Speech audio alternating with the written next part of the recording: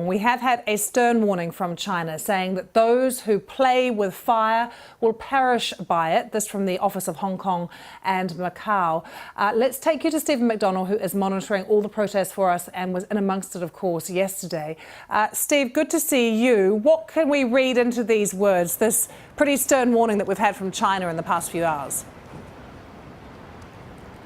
Yeah, absolutely. It was a threat from the Chinese government, really, to the most radical protesters that Beijing will not tolerate this instability, that at some point the threat would be, the message is it will get involved, and that means the People's Liberation Army. Now today, he was asked about that, and the spokesman for that ministry from the central government responsible for Hong Kong said that for now they believe the Hong Kong police can handle this.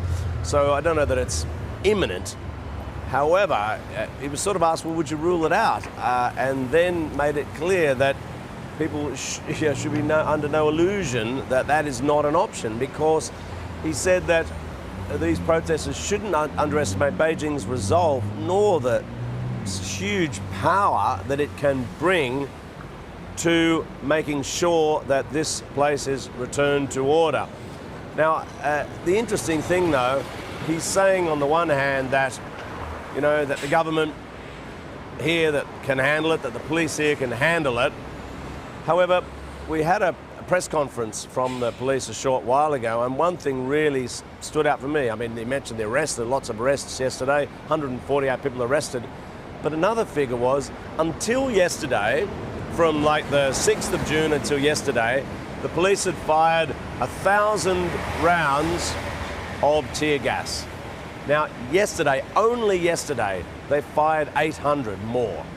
So you can imagine that the extent of the street battle, if you could put it that way, yesterday, and just how intense it was. I mean, where we were, around those quarters where the police live, the protesters throwing dozens of bricks over the fence, smashing up the homes of police officers, when you think about it. And the police coming out with rubber bullets, heavy baton charges. And this was only one part of the city. This was going on in about 10 or 12 different locations around Hong Kong, and right into the night, with brawls, and again involving people we think potentially are involved with triads. And Steve, how much do you feel, when you were in amongst it, that the protests really have been hijacked by these more sort of hardline protesters? I think what's happened, two things have happened. A lot of these protesters have become really radicalised. As the weeks have gone on, they're ramping up what they're prepared to do, and the police are ramping up how they're prepared to respond. The protesters now are coming, they've got body armour type stuff, they've got face masks for the gas, they've got helmets, they're homemade shields. Now, these started off as a mass peaceful movement with hundreds of thousands in the streets.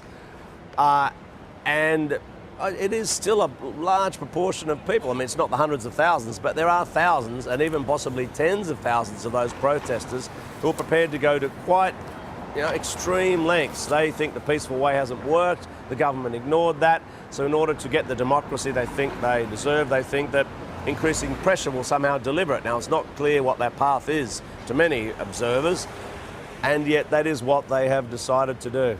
Steve, thanks for joining us from the streets of Hong Kong. Steve McDonald there.